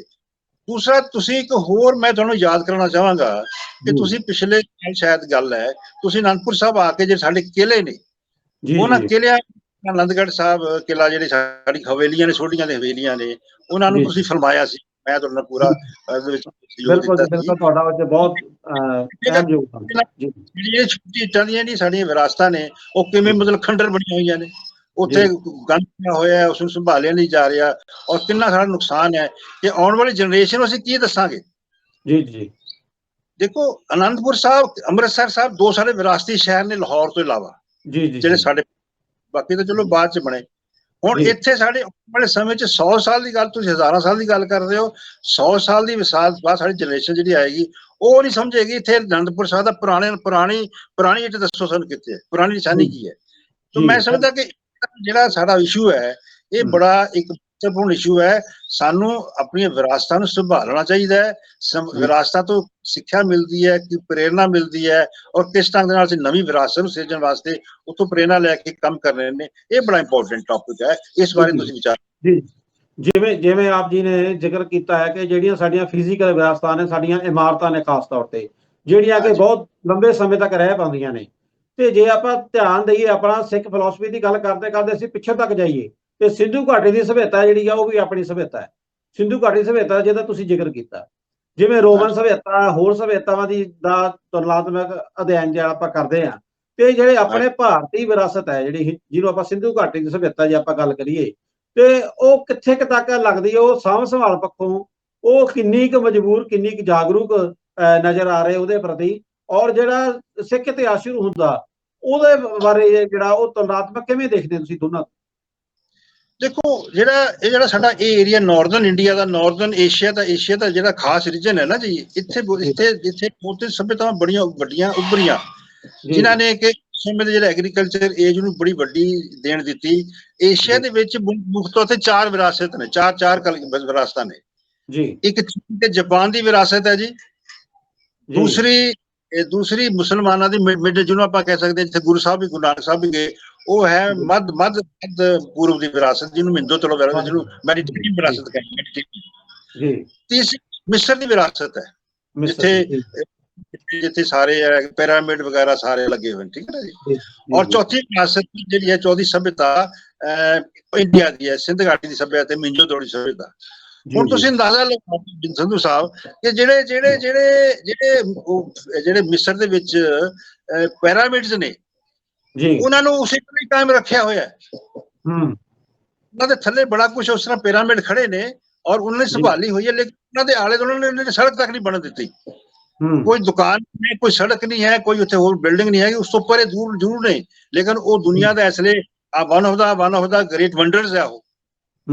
ਔਰ ਦੁਨੀਆ ਬੜੀ ਦੂਰ ਤੋਂ ਦੇਖਣ ਜਾਂਦੀ ਹੈ ਜੀ। ਉਹ ਦੇਖੋ ਨਾ, ਪਿਰਾਮਿਡ ਜੀ ਹੈ ਨਾ, ਪਿਰਾਮਿਡ ਹੈ ਨਾ ਜੋ। ਹੁਣ ਉਹਦੇ ਥੱਲੇ ਬੜਾ ਕੁਝ ਹੈ। ਹੁਣ ਉਹ ਮੈਸੇਜ ਕੀ ਦਿੰਦੀ ਹੈ ਕਿ ਸਾਡੀ ਵਿਰਾਸਤ, ਸਾਡੀ ਜਿਹੜੀ ਹਿਸਟਰੀ ਇਹ ਹੈ ਜਿੱਥੋਂ ਪ੍ਰੇਰਨਾ ਲਈ ਜਾ ਸਕਦੀ, ਠੀਕ ਹੈ ਨਾ ਜੀ। ਇਸ ਤਰ੍ਹਾਂ ਮੱਧ ਪੂਰਬ ਦੀ ਵਿਰਾਸਤ ਹੈ, ਸਿੰਧ ਘਾਟੀ ਦੀ ਵਿਰਾਸਤ ਨੇ, ਸਭਿਅਤਾ ਨੇ, ਤੇ ਇਸ ਜੋ ਦੜੀ ਸਭਿਅਤਾ ਜਿੱਥੇ ਰੋਪਣ ਨਿਸ਼ਾਨ ਹੈਗੇ ਨੇ, ਸਾਰਾ ਮਤਲਬ ਨਾ ਉਹ ਜ਼ਮੀਨ ਬੋਝ ਹੋਇਆ ਹੈ ਜੀ, ਠੀਕ ਹੈ ਨਾ। ਔਰ ਉੱਥੋਂ ਕੱਢ ਕੇ ਉਹਨਾਂ ਨੇ ਸੰਭਾਲਿਆ ਹੋਇਆ, ਹਿੰਦੁਸਤਾਨ ਦੀ ਸਰਕਾਰ ਨੇ ਉਹਨੂੰ ਬਕਾਇਦਾ ਸੰਭਾਲਿਆ ਹੋਇਆ, ਸੰਭਾਲ ਰਹੇ ਨੇ। ਪਰ ਦੁੱਖ ਇਸ ਕਰਕੇ ਹੈ ਸੰਧੂ ਸਾਹਿਬ ਕਿ ਸਾਡੇ ਦੋ ਹੀ ਤਾਂ ਸ਼ਹਿਰ ਨੇ, ਲਾਹੌਰ ਨੂੰ ਜੇ ਛੱਡ ਦੇਈਏ ਤਾਂ ਲਾਹੌਰ, ਅੰਮ੍ਰਿਤਸਰ ਦੀ ਵਿਰਾਸਤ ਅਸੀਂ ਕਿੰਨਾ ਕੁ ਸੰਭਾਲ ਕੇ ਰੱਖਿਆ ਹੋਇਆ। ਉੱਥੇ ਅਸੀਂ ਪਲਾਜ਼ਾ ਵਗੈਰਾ ਬਣਾ ਦਿੱਤੇ, ਬੜਾ ਕੱਟ ਤੋੜ ਦਿੱਤਾ ਸਾਰਾ ਕੁਛ। ਅਨੰਦਪੁਰ ਸਾਹਿਬ ਦੇ ਸਾਰੇ ਕਿਲੇ, ਸਾਰੀਆਂ ਗਲੀਆਂ, ਸਾਰੇ ਗੁਰੂ ਸਾਹਿਬ ਦੇ ਘਰ, ਉਹ ਸਾਡੇ ਕਾਰ ਸੇਵਾ ਵਾਲੇ ਨੇ ਤਬਾਹ ਕਰਤੇ, ਖਰਾਬ ਕਰਤੇ ਜੀ। ਉਹਦੇ ਪੱਥਰ ਲਗਾ ਦਿੱਤੇ। ਜਿਵੇਂ ਇੱਕ ਬੜਾ ਅਹਿਮ ਚਿੰਤਾ ਜਿਹੜੀ ਆ ਮਨ ਚ ਉੱਭਰਦੀ ਹੈ ਕਿ ਇਹ ਜੇ ਅਸੀਂ ਇੰਨੇ ਅਵੇਅਰ ਨਹੀਂ ਹੈ ਇਸ ਪ੍ਰਤੀ, ਜਾਂ ਖਾਸ ਤੌਰ ਤੇ ਪੰਜਾਬੀਆਂ ਦੀ ਆਪਾਂ ਗੱਲ ਕਰਦੇ ਹਾਂ, ਆਪਣੀ ਵਿਰਾਸਤ ਸੰਭਾਲਣ ਲਈ ਅਸੀਂ ਬਹੁਤ ਜ਼ਿਆਦਾ ਜਾਗਰੂਕ ਨਹੀਂ ਹੁੰਦੇ। ਤੇ ਜਾਗਰੂਕ ਕਰਨ ਵਾਸਤੇ ਇਹ ਕਮੀ ਕਿੱਥੋਂ ਆਉਂਦੀ ਆ, ਕੀ ਕਾਰਨ ਆ, ਸਾਡੇ 'ਚ ਕਿੱਥੇ ਕਮੀ ਰਹਿ ਰਹੀ ਹੈ, ਜਿਹਦੇ ਕਰਕੇ ਅਸੀਂ ਆਪਣੀ ਵਿਰਾਸਤ ਪ੍ਰਤੀ ਇੰਨੇ ਜਿਹੜੇ ਆ ਉਹ ਜਾਗਰੂਕ ਨਹੀਂ ਗਏ, ਤੇ ਨਾ ਹੀ ਉਹਦੇ ਤੇ ਚਰਚਾ ਹੁੰਦੀ ਹੈ, ਤੇ ਨਾ ਹੀ ਉਹਦੇ ਤੇ ਕੋਈ ਕਾਰਵਾਈ ਹੁੰਦੀ ਨਜ਼ਰ ਆ ਰਹੀ ਆ। ਬਹੁਤ ਘੱਟ ਲੋਕ ਨੇ ਜਿਹੜੇ ਇਸ ਖੇਤਰ ਦੇ ਵਿੱਚ ਕਿਤੇ ਸਰਗਰਮ ਹੁੰਦੇ ਨੇ, ਤੁਹਾਡੇ ਵਾਂਗੂ ਜਿਹੜੇ ਆਵਾਜ਼ ਉਠਾਉਂਦੇ ਨੇ। ਕੀ ਕਾਰਨ ਮਹਿਸੂਸ ਦੇਖੋ, ਕਰਦੇ? ਸਾਨੂੰ ਦੇਖਦਾ ਕਿ ਜਦੋਂ ਗੋਬਿੰਦ ਸਿੰਘ ਮਹਾਰਾਜ ਇੱਥੋਂ ਅਨੰਦਪੁਰ ਸਾਹਿਬ ਚ ਚਲੇ ਗਏ, ਤਾਂ ਨੰਦੇੜ ਚਲੇ ਗਏ, ਜੀ ਭਾਈ ਸਿੰਘ ਬਹਾਦਰ ਇੱਥੇ ਆਏ, ਉਸ ਤੋਂ ਬਾਅਦ ਜਿਹੜੀ ਦੇਖੋ ਇਹ ਸਰਕਾਰਾਂ ਦਾ, ਸਟੇਟ ਦਾ ਬੜਾ ਵੱਡਾ ਰੋਲ ਹੁੰਦਾ ਹੈ ਉਸ ਨੂੰ ਸੰਭਾਲਣ ਦਾ, ਠੀਕ ਹੈ ਨਾ ਜੀ। ਔਰ ਬੰਦਾ ਸਿੰਘ ਬਹਾਦਰ ਦਾ ਸਮਾਂ ਤਾਂ ਸਾਰਾ 2-3 ਸਾਲ 4 ਸਾਲ ਹੀ ਰਿਹਾ ਜੀ, ਮੁਖਲਿਸਗੜ੍ਹ ਦਾ ਜਾਂ ਸਰਹੰਦ ਦਾ। ਔਰ ਉਸ ਤੋਂ ਬਾਅਦ ਜਿਹੜੇ ਮੁਗਲ ਸਰਕਾਰ ਦੇ ਵਿਰੁੱਧ ਲੜਨੇ ਸ਼ੁਰੂ ਹੋ ਗਏ, ਚਾਹੇ ਉਹ ਕਿਲੇ ਤੇ ਬਣਾਉਂਦੇ ਰਹੇ, ਰਾਮਰੋਣੀ ਦਾ ਕਿਲਾ, ਜਿਹੜੇ ਸਾਰੇ ਦਿੱਲੀ ਦੇ ਜਿਹੜੇ ਕਿਲੇ ਹੈਗੇ ਨੇ ਜਾਂ ਪੰਜਾਬ ਦੇ ਵਿੱਚ ਕਿਲੇ ਹੈਗੇ ਨੇ, ਸਾਰੇ ਬਣਾਏ ਗਏ। ਲੇਕਿਨ ਉਹਦੇ ਚ ਮੈਂ ਮਹਿਸੂਸ ਕਰਦਾ ਉਹ ਸਭ ਤੋਂ ਵੱਡੀ ਘਾਟ ਜਿਹੜੀ ਹੈ ਉਹ ਹੈ ਸਾਡੀ ਇੰਟੈਲੈਕਚੁਅਲ ਹਿਸਟਰੀ ਦੀ ਨਹੀਂ ਕਢੀ, ਇੰਟੈਲੈਕਚੁਅਲਿਜ਼ਮ ਨਹੀਂ ਆਇਆ ਸਾਡੇ ਚ। ਸਾਡੇ ਵਿਦਵਾਨ ਪੈਦਾ ਨਹੀਂ ਹੋਏ, ਸਾਡੇ ਸਕੂਲ ਕਲਚਰ ਪੈਦਾ ਨਹੀਂ ਹੋਈ, ਸਾਡੇ ਚ ਕਲਚਰ ਨੂੰ ਸੰਭਾਲਣ ਦੀ ਕਲਚਰ ਨਹੀਂ ਪੈਦਾ ਹੋਈ, ਕਿਤਾਬ ਕਲਚਰ ਨਹੀਂ ਆਈ, ਸਾਡੇ ਵਿੱਚ ਪ੍ਰਿੰਟਿੰਗ ਪ੍ਰੈਸ ਨਹੀਂ ਆਈ। ਸਾਡੇ ਚ ਮਤਲਬ ਪੂਰਾ 1708 ਤੋਂ ਲੈ ਕੇ ਜਾਂ 16 ਤੋਂ ਲੈ ਕੇ 1865 ਤੱਕ ਬਿਲਕੁਲ ਸੁੰਨ ਪਈ ਹੋਈ ਹੈ। ਮਤਲਬ ਸਾਡੀ ਰਣਜੀਤ ਸਿੰਘ ਦੇ ਸਮੇਂ ਕੋਈ ਪ੍ਰਿੰਟਿੰਗ, ਜਿਵੇਂ ਦੇਖੋ 1834 ਦੇ ਵਿੱਚ ਅੰਗਰੇਜ਼ਾਂ ਨੇ ਪੰਜਾਬੀ ਪ੍ਰਿੰਟਿੰਗ ਪ੍ਰੈਸ ਕਲਕੱਤੇ ਲਿਆਂਦੀ ਸੀ, ਜਿਸ ਚ ਪਹਿਲਾ ਪੰਜਾਬ ਗਜ਼ਟ 1834 ਛਪਿਆ ਜੀ। ਔਰ ਪੰਜਾਬ ਦੇ ਵਿੱਚ ਇੱਕ ਲਾਲਾ ਜੀ ਨੇ ਕਿਤਾਬ ਪ੍ਰਿੰਟ ਲਿਆਂਦੀ, ਜਿੱਥੇ ਉਹਨੇ ਕਿਤਾਬ ਮੈਗਜ਼ੀਨ ਸ਼ੁਰੂ ਕੀਤਾ, ਅਖਬਾਰ ਦਰਬਾਰ ਸਾਹਿਬ ਜੀ। ਜਿਹੜੀ ਹੈਰਾਨਗੀ ਗੱਲ ਹੈ ਵੀ ਸਾਡੇ ਚ ਉਹ ਚੇਤਨਾ ਹੀ ਨਹੀਂ ਪੈਦਾ ਹੋਈ। ਅਸੀਂ ਲੜਾਈਆਂ ਮਗਰ ਹਥਿਆਰਬੰਦ ਹੁੰਦੇ ਰਹੇ, ਇਮੋਸ਼ਨਲਿਜ਼ਮ ਦੇ ਅਸੀਂ ਕੈਦੀ ਬਣ ਗਏ, ਔਰ ਕਹਿ ਸਕਦੇ ਹਾਂ ਕਿ ਅਸੀਂ ਮਤਲਬ ਰਾਜ ਨੂੰ ਫੈਲਾਉਂਦੇ ਰਹੇ, ਲੇਕਿਨ ਸੰਭਾਲਣ ਦੀ ਸਾਡੇ ਚੇਤਨਾ ਨਹੀਂ ਪੈਦਾ ਹੋਈ, ਸਾਡੇ ਚ ਇੰਟੈਲੈਕਟ ਪੈਦਾ ਨਹੀਂ ਹੋਇਆ, ਸਾਡੇ ਚ ਵੱਡੇ ਵੱਡੇ ਵਿਦਵਾਨ ਪੈਦਾ ਨਹੀਂ ਹੋਏ, ਸਾਡੇ ਚ ਉਹ ਜਿਹੜੇ ਸਕੂਲ ਕਲਚਰ, ਯੂਨੀਵਰਸਿਟੀ ਕਲਚਰ, ਇਹ ਸਾਰਾ ਨਹੀਂ ਪੈਦਾ ਹੋਇਆ। ਉਹਦਾ ਸਾਨੂੰ ਖਮਿਆਜ਼ਾ ਹੁਣ ਭੁਗਤਣਾ ਪੈ ਰਿਹਾ। ਦੇਖੋ, ਆਪ ਸੋਚੋ ਵੀ ਅੰਗਰੇਜ਼ ਜਿਹੜੇ ਨੇ ਪੱਛਮੀ ਬੰਗਾਲ ਚੋਂ ਆਏ 17ਵੀਂ ਸਦੀ ਚ, ਔਰ ਉਹ ਥੱਲੇ ਉਹ ਸਾਊਥ ਇੰਡੀਆ ਚ ਗਏ, ਫਿਰ ਉੱਥੋਂ ਪੱਛਮ ਵੱਲ ਆਏ, ਇੰਡੀਆ ਚ ਆਏ, ਜਿੱਥੇ ਜਿੱਥੇ ਗਏ ਭਾਵੇਂ ਆਪਣੀ ਲੋੜ ਸੀ, ਉੱਥੇ ਉਹਨਾਂ ਨੇ ਸਕੂਲ ਖੋਲੇ, ਕਾਲਜ ਖੋਲੇ, ਯੂਨੀਵਰਸਿਟੀਆਂ ਖੋਲੀਆਂ। ਯਾਨੀ ਇਹ ਰਣਜੀਤ ਸਿੰਘ ਸਦੇ ਰਾਜ ਤੋਂ ਪਹਿਲਾਂ ਦੀ ਗੱਲਾਂ ਨੇ ਇਹ। ਔਰ ਸਾਡੇ ਪੰਜਾਬ ਸਿਰਫ ਕਾਇਦਾ ਕਲਚਰ ਹੈ, ਕਾਇਦੇ ਪਤਾ ਨਹੀਂ ਕਿੱਥੇ। ਸੋ ਆਪ ਸੋਚੋ ਤੁਸੀਂ ਵੀ ਇਹ ਜਿਹੜੀ ਸਾਡੀ ਚੇਤਨਾ ਹੈ ਨਾ ਜੀ, ਸਾਡੇ ਜਦੋਂ ਇੰਟੈਲੈਕਚੁਅਲ ਪੈਦਾ ਹੁੰਦੇ ਨੇ, ਵੱਡੇ ਵੱਡੇ ਵਿਦਵਾਨ ਉਹਨਾਂ ਵਿਸ਼ਿਆਂ ਤੇ ਕੰਮ ਕਰਦੇ ਨੇ, ਤਾਂ ਉਹਨਾਂ ਬਾਰੇ ਉਹ ਕੌਮ ਨੂੰ ਚੇਤਨਾ ਕਰਦੇ ਨੇ। ਸੋ ਅਸੀਂ ਦੇ ਵੀ ਇੱਕ ਗੁਲਾਮੀ ਤੋਂ ਬਾਅਦ ਦੂਜੀ ਗੁਲਾਮੀ, ਦੂਜੀ ਤੋਂ ਬਾਅਦ ਤੀਜੀ ਗੁਲਾਮੀ, ਗੁਲਾਮੀ ਦਾ ਹੀ ਸਮਾਂ ਗੁਜ਼ਾਰਦੇ ਹਾਂ। ਸਾਨੂੰ ਜਿਹੜੇ ਆ ਕਿ ਇੱਕ ਕੰਮ ਕਰਨ ਦਾ ਮੌਕਾ ਨਹੀਂ ਮਿਲਿਆ। ਤੇ ਦੂਸਰਾ ਗੱਲ ਇਹ ਹੈ ਕਿ ਸਾਡਾ ਆਪਣੀਆਂ ਵੀ ਗਲਤੀਆਂ ਨੇ ਜੀ, ਸਾਡੀ ਆਪਣੀ ਗਲਤੀਆਂ ਬਹੁਤ ਨੇ। ਕਿ ਜਦੋਂ 1920 ਦੇ ਵਿੱਚ ਸ਼੍ਰੋਮਣੀ ਗੁਰਦੁਆਰਾ ਪ੍ਰਬੰਧਕ ਕਮੇਟੀ ਬਣ ਗਈ, ਜਾਂ ਸਿੰਘ ਸਭਾ ਲਹਿਰ, ਉਸ ਤੋਂ ਬਾਅਦ ਸਿੰਘ ਸਭਾ ਲਹਿਰ ਲੈ ਲਓ, ਸਿੰਘ ਸਭਾ ਲਹਿਰ ਨੇ ਸਾਡੀ ਬੜੀ ਕੰਟਰੀਬਿਊਟ ਕੀਤਾ ਸਾਡੀ ਇਸ ਜਾਗਰਤੀ ਦੇ ਵਿੱਚ, ਚਾਹੇ ਉਹ ਸਿਧਾਂਤਕ ਵਿਰਾਸਤ ਸੀਗੀ, ਚਾਹੇ ਉਹ ਬੜੇ ਸਮੇਂ ਦੇ ਵਿੱਚ ਸੰਭਾਲਣ ਦੀ ਗੱਲ ਸੀਗੀ। ਉਹ ਚ ਗਿਆਨੀ ਦੇਸ ਸਿੰਘ, ਭਾਈ ਜਵਾਹਰ ਸਿੰਘ, ਭਾਈ ਗੁਰਮੁਖ ਸਿੰਘ ਵਗੈਰਾ ਸਾਰਿਆਂ ਨੇ ਬੜਾ ਕੁਝ ਕੰਮ ਕੀਤਾ ਜੀ। ਲੇਕਿਨ ਮੈਂ ਸਮਝਦਾ ਜਿਹੜੀ ਸਾਡਾ ਅੱਜ ਦਾ ਵਿਸ਼ਾ ਹੈ ਨਾ ਜੀ, ਉਹਦੇ ਵਿੱਚ 1920 ਚ ਜੋ ਸ਼੍ਰੋਮਣੀ ਕਮੇਟੀ ਬਣਦੀ ਹੈ, ਤਾਂ ਇਹਨਾਂ ਨੂੰ ਇਸ ਪ੍ਰਥਾ ਵੱਡਾ ਇੱਕ ਯਤਨ ਕਰਨਾ ਚਾਹੀਦਾ ਸੀ ਕਿ ਅਸੀਂ ਯਾਦਗਾਰਾਂ ਨੂੰ ਸੰਭਾਲੀਏ, ਵਿਰਾਸਤ ਨੂੰ ਸੰਭਾਲੀਏ, ਔਰ ਉਸ ਨੂੰ ਅੱਗੇ ਲੈ ਕੇ ਜਾਈਏ। ਖਾਸ ਤੌਰ ਤੇ ਇਹ ਸਮਝਦੇ ਹੋ ਕਿ ਤੁਸੀਂ ਇੱਕ ਅੰਦਾਜ਼ਾ ਲਗਾ ਲਓ ਕਿ ਜਿਹੜਾ ਸਾਡਾ ਅੱਜ ਦਾ ਦੁਖਾਂਤ ਹੈ, ਗੱਲਾਂ ਨਾਲ ਗੱਲ ਮੈਂ ਅੱਜ ਦਾ ਦੁਖਾਂਤ ਸਾਡਾ ਨਿਕਲ ਰਿਹਾ ਕਿ ਅਸੀਂ ਸਟੇਟ ਪਾਵਰ ਚ ਨਹੀਂ ਮਤਲਬ ਹੋ ਸਕੇ, ਤਾਕਤਵਰ ਹੋ ਸਕੇ, ਜਾਂ ਉਹਨੂੰ ਸਥਾਈ ਕਰ ਨਹੀਂ ਦੇ ਸਕੇ। ਤਾਂ ਅਸੀਂ 1920 ਚ ਮਾਰੇ ਖਾ ਗਏ ਕਿ ਜਦੋਂ ਹਿੰਦੁਸਤਾਨ ਦਾ ਹਿੰਦੂ ਜਿਹੜਾ ਸੀਗਾ, ਉਹ ਤਾਂ ਆਪਣੇ ਉਸ ਪੁਰਾਣੇ ਹਿੰਦੂ ਗੌਰਵ ਨੂੰ ਨਵ-ਉਭਾਰ ਕਰਨ ਲਈ ਲੜਨਾ ਸ਼ੁਰੂ ਕੀਤਾ। ਮੁਸਲਮਾਨਾਂ ਨੇ ਜਾਗਰਤੀ ਪੈਦਾ ਹੋਈ, ਇਕਬਾਲ ਵਰਗੇ ਨੇ ਜਾ ਕੇ ਪੈਦਾ ਕਿ ਸਾਡਾ ਆਪਣਾ ਇੱਕ ਮੁਸਲਮਾਨ ਰਾਜ ਸੀਗਾ, ਉਹਦੀ ਵਿਸਥਾਪਤੀ ਲੈਣੀ ਹੈ ਅਸੀਂ। ਲੇਕਿਨ ਸਾਡੇ ਸਿੱਖ ਜਿਹੜੇ ਮਾਂ ਸੀਗੇ ਜਾਂ ਸਿੱਖ ਸਾਡੇ ਲੀਡਰ ਸੀਗੇ, ਉਹਨਾਂ ਨੇ ਉਸ ਮਹਾਰਾਜਾ ਰਣਜੀਤ ਸਿੰਘ ਦੇ ਰਾਜ ਦੀ ਉਸ ਵਿਰਾਸਤ ਨੂੰ ਅੱਗੇ ਲਿਆਉਣ ਵਾਸਤੇ ਯਤਨ ਕਿਉਂ ਨਹੀਂ ਕੀਤੇ, ਉਹਦੇ ਫੋਕਸ ਕਿਉਂ ਨਹੀਂ ਕੀਤਾ ਗੱਲ। ਇਹਦੇ ਇੱਕ ਸਵਾਲ ਹੋਰ ਅਹਿਮ ਜੁੜਦਾ ਸਿੰਘ ਸਾਹਿਬ, ਕਿ ਮਹਾਰਾਜਾ ਰਣਜੀਤ ਸਿੰਘ ਤੋਂ ਵੀ ਪਹਿਲੇ, ਬਾਬਾ ਬੰਦਾ ਬਹਾਦਰ ਦੇ ਕਾਲ ਤੋਂ ਵੀ ਪਹਿਲੇ, ਗੁਰੂ ਮਹਾਰਾਜ ਦਾ ਜਿਹੜਾ ਕਾਲ ਆ, ਗੁਰੂ ਕਾਲ ਦੇ ਵਿੱਚ ਗੁਰੂ ਗੋਬਿੰਦ ਸਿੰਘ ਮਹਾਰਾਜ ਦੇ ਦਰਬਾਰ ਦੇ ਵਿੱਚ ਜਿਹੜੇ 52 ਕਵੀ ਸੀ, ਉਹਨਾਂ ਰਾਹੀਂ ਮੈਨੂੰ ਲੱਗਦਾ ਕਿਤੇ ਨਾ ਕਿਤੇ ਵਿਰਾਸਤ ਨੂੰ ਸੰਭਾਲਣ ਤੇ ਉਹਨੂੰ ਲਿਖ ਕੇ ਸੰਜੋਣ ਦੇ ਬਹੁਤ ਜ਼ਿਆਦਾ ਕੰਮ ਹੋਇਆ। ਤੇ ਕੀ ਕਾਰਨ ਆ ਕਿ ਜਿਹੜੀ ਉਹ ਬਹਾਦਰੀ ਸੀ, ਜਿਹੜੀ ਉਹ ਵੀਰ ਰਸ ਸੀਗਾ, ਉਹ ਤਾਂ ਆ ਗਿਆ ਅੱਗੇ, ਸੰਤ ਦੇ ਨਾਲ ਸਿਪਾਹੀ ਵਾਲਾ ਜਿਹੜਾ ਕਾਰਜ ਆ ਉਹ ਤਾਂ ਅੱਗੇ ਆ ਗਿਆ, ਅੱਗੇ ਵੱਧਦਾ ਗਿਆ, ਸਾਰੀਆਂ ਪੀੜ੍ਹੀਆਂ ਅਡਾਪਟ ਕਰਦੀਆਂ ਗਈਆਂ। ਪਰ ਜਿਹੜਾ ਉਹ ਵਿਧਤਾ ਵਾਲਾ ਕਾਰਜ ਜਿਹਦੀ ਤੁਸੀਂ ਗੱਲ ਕਰ ਰਹੇ ਆ ਕਿ ਅਸੀਂ ਅਵੇਸਲੇ ਰਹੇ, ਉਹਦਾ ਕੀ ਕਾਰਨ ਆ ਕਿ ਉਹ ਅੱਗੇ ਨਹੀਂ ਚੱਲ ਸਕਿਆ। ਤੇ ਜਿਸ ਦਿਨ ਸ਼੍ਰੋਮਣੀ ਗੁਰਦੁਆਰਾ ਪ੍ਰਬੰਧਕ ਕਮੇਟੀ ਬਣਦੀ ਹੈ, ਬੜੀ ਹੈਰਾਨੀ ਦੀ ਗੱਲ ਆ, ਮੈਂ ਤੁਹਾਡੇ ਨਾਲ ਵਿਚਾਰ ਸਾਂਝਾ ਜ਼ਰੂਰ ਕਰੂੰਗਾ। ਅਕਸਰ ਤੌਰ ਤੇ ਕਿਹਾ ਜਾਂਦਾ ਵੀ ਸ਼੍ਰੋਮਣੀ ਕਮੇਟੀ ਜੀ ਸਿੱਖਾਂ ਦੇ ਧਰਮ ਪ੍ਰਚਾਰ ਨੂੰ ਨਹੀਂ ਸਹੀ ਢੰਗ ਨਾਲ ਦੇਖ ਰਹੀ। ਮੈਨੂੰ ਲੱਗਦਾ ਕਿ ਉਹਦਾ ਜਿਹੜਾ ਸੰਸਥਾ ਦਾ ਨਾਂ ਆ ਸ਼੍ਰੋਮਣੀ ਗੁਰਦੁਆਰਾ ਪ੍ਰਬੰਧਕ ਕਮੇਟੀ, ਮਤਲਬ ਮੈਨੇਜਮੈਂਟ ਕਰ ਰਹੀ ਆ, ਸਿਰਫ ਉਹਦੇ ਪ੍ਰਬੰਧ ਦੇਖਣੇ ਗੁਰਦੁਆਰਿਆਂ ਦੇ, ਵੀ ਗੁਰਦੁਆਰਿਆਂ 'ਚ ਪੈਸਾ ਫੰਡ ਕਿੱਥੋਂ ਆ ਰਿਹਾ, ਚੜਾਵਾ ਆ ਰਿਹਾ, ਉਹਨੂੰ ਕਿਵੇਂ ਉਪਯੋਗ ਕਰਨਾ, ਉਹਦੇ ਨਾਲ ਕਿਹੜੇ ਕੰਮ ਕਰਨੇ, ਗੁਰਦੁਆਰਾ ਸਾਹਿਬਾਨ ਦੀ ਮੈਨੇਜਮੈਂਟ ਆ।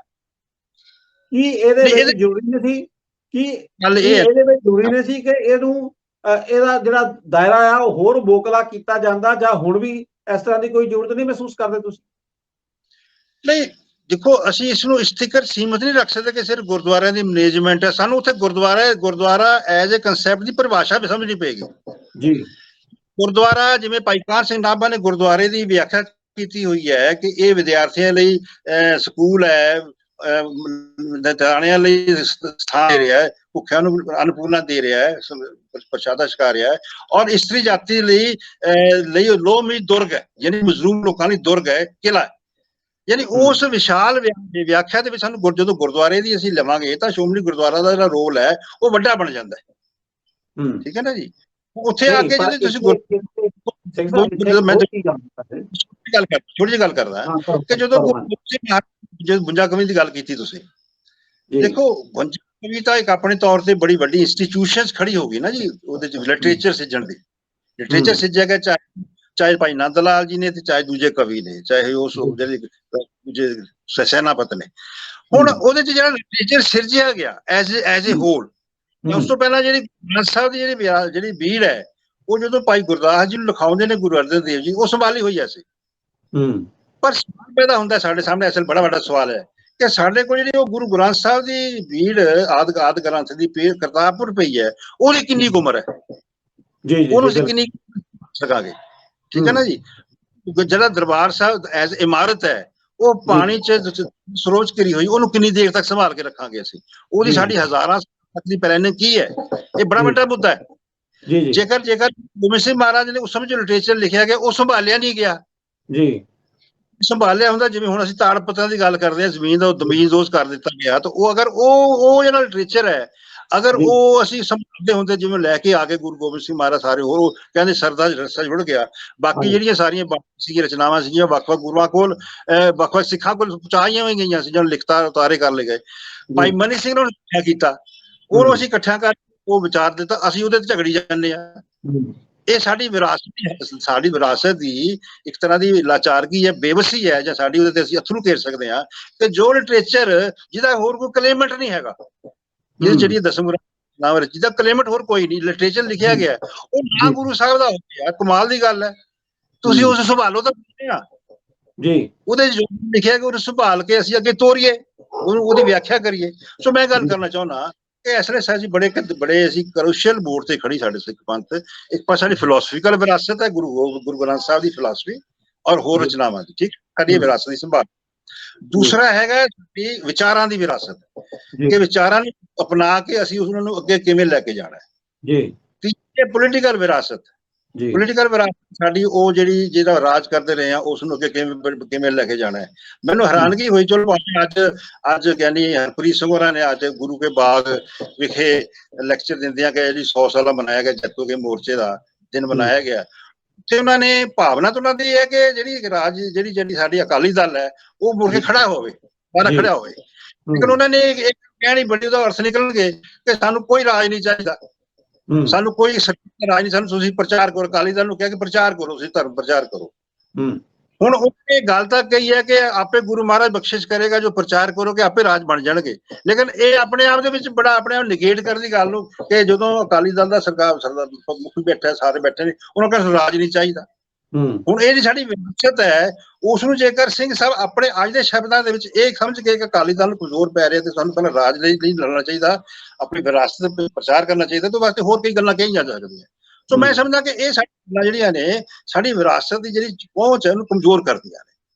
ਸੋ ਮੈਂ ਇਸੇ ਚਾਰ ਹੀ ਗੱਲ ਕਿ ਇੱਕ ਤਾਂ ਸਾਡੇ ਕਿਲੇ ਸਾਂਭੇ ਜਾਣ, ਜਿਵੇਂ ਨਾਭੇ ਦੇ ਕਿਲੇ ਨੇ, ਫਰੀਦਕੋਟ ਕਿਲੇ ਨੇ, ਬਠਿੰਡਾ ਕਿਲਾ ਹੈਗਾ, ਅੰਮ੍ਰਿਤਸਰ ਗੁਰਦਾਸਪੁਰ ਨਗਰ ਦੀ ਗੜੀ ਹੈ, ਕਿੰਨੀਆਂ ਵਿਰਾਸਤਾਂ ਪਈਆਂ ਨੇ, ਉਹਨੂੰ ਕੀ ਐਜੀਪੀਸੀ ਵੱਖਰਾ ਡਿਪਾਰਟਮੈਂਟ ਖੋਲ ਕੇ ਉਹਨੂੰ ਸੰਭਾਲ ਨਹੀਂ ਸਕਦਾ ਜੀ। ਪਰ ਰੱਬ ਦੇ ਕਿਸੇ ਸੰਤ ਸਾਧ ਨੂੰ, ਕਾਰ ਸੇਵਾ ਵਾਲੇ ਨੂੰ ਸੇਵਾ ਨਹੀਂ ਦੇਣੀ ਚਾਹੀਦੀ ਜੀ ਜੀ। ਜਿਵੇਂ ਟੋਡਰ ਮੱਲ ਦੀ ਹਵੇਲੀ ਹੈ, ਟੋਡਰ ਮੱਲ ਹੁਣ ਉਹਦਾ ਸਟੇਟ ਵਿਕੇਟ ਹੋਇਆ ਤੇ ਸ਼ੁਰੂ ਹੋਈ ਹੈ, ਪਰ ਮੇਰੀ ਇੱਛਾ ਹੈ ਸਾਡੀ ਸੰਗਤਾਂ ਨੂੰ ਇਸ ਬਾਰੇ ਚੇਤਨ ਹੋਣਾ ਚਾਹੀਦਾ ਕਿ ਉਸ ਦੀ ਜਿਹੜੀ ਉਹ ਦਿੱਖ ਹੈ, ਉਹ ਜਿਹੜੀ ਉਸ ਦੀ ਆਭ ਹੈ, ਉਸਨੂੰ ਸਿਰਫ ਬਚਾ ਕੇ ਰੱਖਿਆ ਜਾਵੇ। ਬੜੀ ਖੁਸ਼ੀ ਦੀ ਗੱਲ ਹੈ ਕਿ ਪੰਜਾਬ ਵਿੱਚ ਐਸੇ ਕਈ ਗਰੁੱਪ ਪੈਦਾ ਹੋ ਗਏ ਜਿਹੜੇ ਕਿ ਵਿਰਾਸਤ ਨੂੰ ਸੰਭਾਲਦੇ ਪਏ ਨੇ, ਉਹ ਜਾ ਕੇ ਉੱਥੇ ਕਰਦੇ ਨੇ। ਜਿਵੇਂ ਬਾਬਾ ਗੁਰਤਾ ਜੀ ਦੀ ਵਿਰਾਸਤ ਹੈ, ਉੱਥੇ ਉਹਨਾਂ ਨੇ ਉਹ ਬਿਲਡਿੰਗ ਸੰਭਾਲ ਕੇ ਗੱਲ ਕੁਚੀ ਫੇਰ ਦਿੰਦੇ ਨੇ, ਬੜੀ ਬੜੀ ਪੇਂਟਿੰਗ ਜਿਹੜੀਆਂ ਨੇ, ਬੜੀਆਂ ਬੜੀਆਂ ਕੀਮਤੀ ਪੇਂਟਿੰਗ ਸੀਸਗੰਜ ਸਾਹਿਬ ਵਿਖੇ ਉਹਨਾਂ ਕੁਚੀ ਫੇਰ ਦਿੱਤੀ ਗਈ। ਸੋ ਮੈਂ ਸਮਝਦਾ ਕਿ ਸਾਡੀ ਅਵੇਸਲਾਪਣ ਹੈ, ਸਾਡੇ ਆਗੂਆਂ ਦਾ, ਸਾਡੇ ਧਾਰਮਿਕ ਆਗੂਆਂ ਦਾ, ਵਿਦਵਾਨਾਂ ਦਾ, ਔਰ ਖਾਸ ਤੌਰ ਤੇ ਅਕਾਲ ਤਖਤ ਸਾਹਿਬ ਦਾ। ਸਾਡੇ ਕੋਲ ਆਪਣੀ ਵਿਰਾਸਤ ਨੂੰ ਸੰਭਾਲਣ ਨੀਤੀ ਕੋਈ ਨਹੀਂ।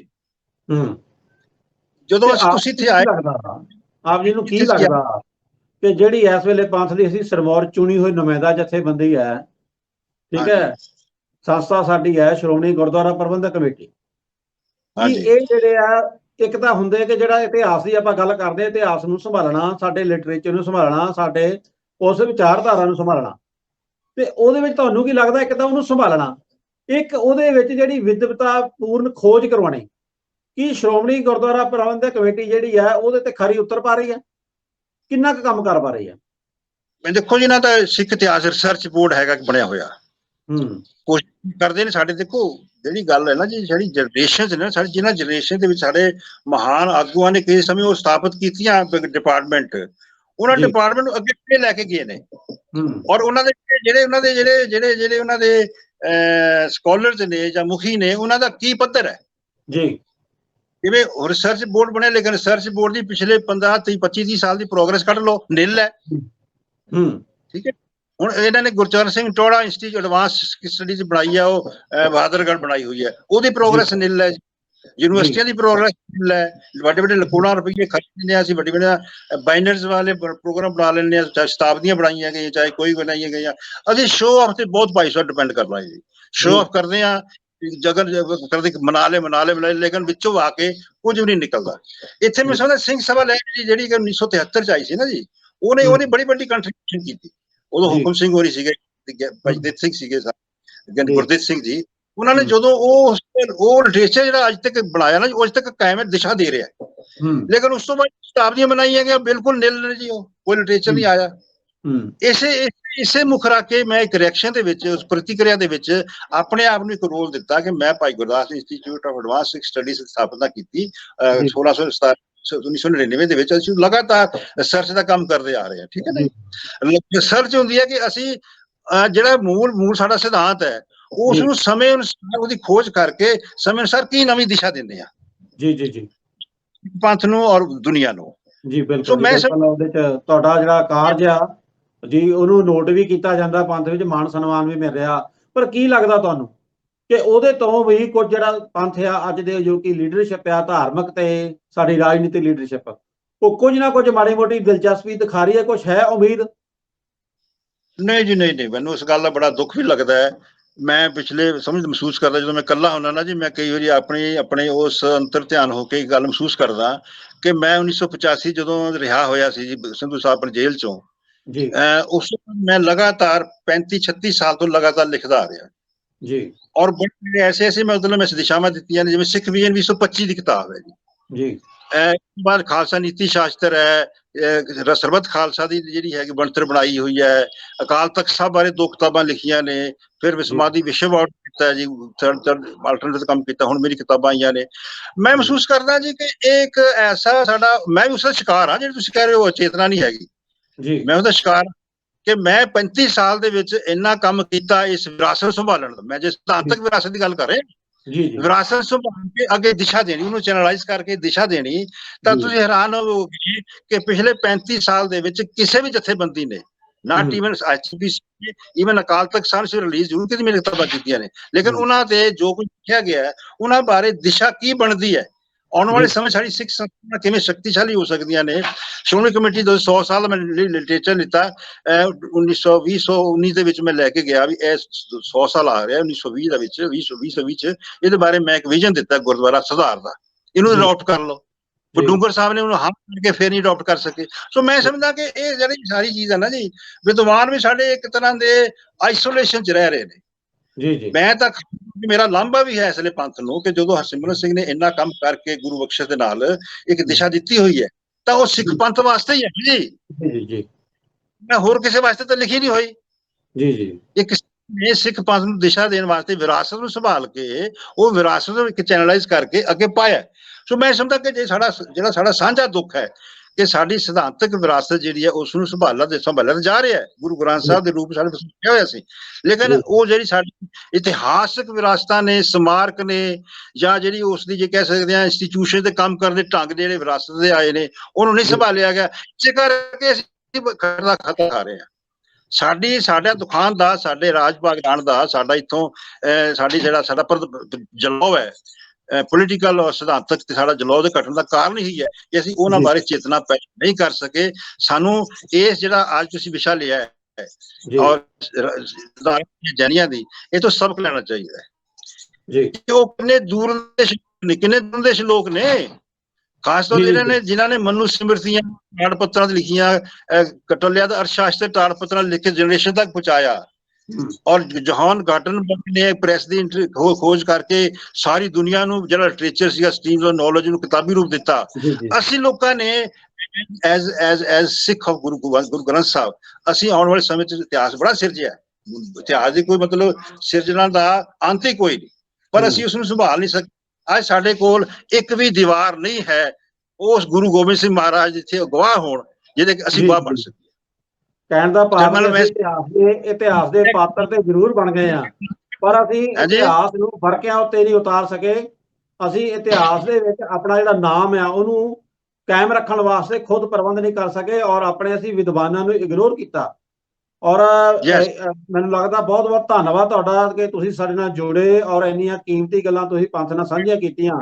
ਔਰ ਅਸੀਂ ਉਮੀਦ ਕਰਦੇ ਹਾਂ ਕਿ ਇਹਨਾਂ ਗੱਲਾਂ ਉੱਤੇ ਸਾਡੇ ਤੁਹਾਨੂੰ ਦੇਣਾ ਚਾਹੁੰਦਾ, ਮੈਂ ਚਾਹੁੰਦਾ ਕਿਰਪਾ ਕਰਕੇ ਸਾਡੇ ਆਗੂ ਨੇ, ਖਾਸ ਤੌਰ ਸਿੰਘ ਸਾਹਿਬ ਤੇ ਹੋਰ ਸਾਰੇ, ਇਸ ਵੇਲੇ ਸਮਾਂ ਬਦਲ ਗਿਆ, ਸਮਾਂ ਬੜਾ ਅੱਗੇ ਨਾਲ ਜਾ ਰਿਹਾ ਹੈ।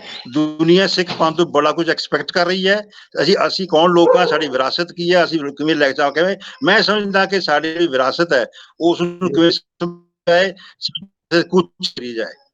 1919 ਦੇ ਵਿੱਚ ਜਿਹੜਾ ਬਾਗ ਦੇ ਵਿੱਚ ਗੋਲੀਆਂ ਨਿਸ਼ਾਨ ਸੰਭਾਲੇ ਹੋਏ ਨੇ, ਲੇਕਿਨ ਸਾਡੇ ਦਰਬਾਰ ਸਾਹਿਬ ਜਿਹੜੇ ਨਿਸ਼ਾਨੀਆਂ ਗੋਲੀਆਂ ਮਟੇ ਦਿੱਤੇ ਨੇ, ਅਸੀਂ ਸਾਰਾ ਕੁਝ ਮਟੇ ਦਿੱਤਾ ਹੈ। ਇਹ ਨਵੀਂ ਵਿਰਾਸਤ ਜਾਏਗੀ। ਦਿਸ ਪੁਆਇੰਟ ਜੀ। ਧੰਨਵਾਦ ਜੀ, ਧੰਨਵਾਦ ਤੁਹਾਡਾ ਸਾਡੇ ਨਾਲ ਜੁੜਨ ਲਈ।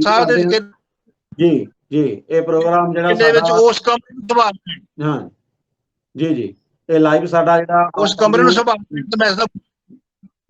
ਜੀ ਸਿੰਘ ਸਾਹਿਬ ਬਹੁਤ ਬਹੁਤ ਧੰਨਵਾਦ ਤੁਹਾਡਾ। ਹਾਂਜੀ ਔਰ ਉਮੀਦ ਕਰਦੇ ਹਾਂ ਕਿ ਇਹ ਲਾਈਵ ਸਾਡਾ ਪਸੰਦ ਆਇਆ ਹੋਏਗਾ ਔਰ ਇਹਦੇ ਜਿਹੜੇ ਨੁਕਤੇ ਉਠਾਏ ਨੇ ਭਾਈ ਹਰਸਿਮਰਨ ਸਿੰਘ ਜੀ ਨੇ, ਇਹਦੇ ਉੱਤੇ ਪੰਥ, ਖਾਸ ਤੌਰ ਤੇ ਅਕਾਲ ਤਖਤ ਸਾਹਿਬ ਤੇ ਸ਼੍ਰੋਮਣੀ ਗੁਰਦੁਆਰਾ ਪ੍ਰਬੰਧਕ ਕਮੇਟੀ ਦੇ ਜਿਹੜੇ ਜ਼ਿੰਮੇਵਾਰ ਅਹੁਦਿਆਂ ਤੇ ਵਿਰਾਜਮਾਨ ਨੇ, ਜਿਹੜੇ ਸਾਡੇ ਅਹੁਦੇਦਾਰ, ਉਹ ਵੀ ਆਪਣੀ ਜ਼ਿੰਮੇਵਾਰੀ ਨਿਭਾਉਣਗੇ। ਔਰ ਜਿਹੜੇ ਸੁਝਾਅ ਦਿੱਤੇ ਹੋਏ ਨੇ ਭਾਈ ਸਾਹਿਬ ਨੇ, ਜਿਨ੍ਹਾਂ ਨੂੰ ਕਿਤੇ ਨਾ ਕਿਤੇ ਉਹਨਾਂ ਨੇ ਸਿਧਾਂਤਕ ਤੌਰ ਤੇ ਕਬੂਲ ਵੀ ਕੀਤਾ ਹੈ, ਉਹਨਾਂ ਨੂੰ ਮੰਨਿਆ ਹੋਇਆ ਕਿ ਹਾਂ ਇਹ ਜ਼ਰੂਰੀ ਨੇ, ਉਹਨਾਂ ਨੂੰ ਜ਼ਮੀਨ ਤੇ ਉਤਾਰਨ ਵਾਸਤੇ ਜਿਹੜਾ ਕੰਮ ਸ਼ੁਰੂ ਹੋ ਸਕੇਗਾ। ਮੈਨੂੰ ਲੱਗਦਾ ਸਾਡੇ ਫਿਰ ਇਹੋ ਜਿਹੇ ਪ੍ਰੋਗਰਾਮ ਕਰਨ ਦਾ ਤਾਂ ਹੀ ਜਿਹੜਾ ਸਹੀ ਲਾਹਾ ਜੇ ਪੰਥ ਅੱਜ ਜਾਗੇ।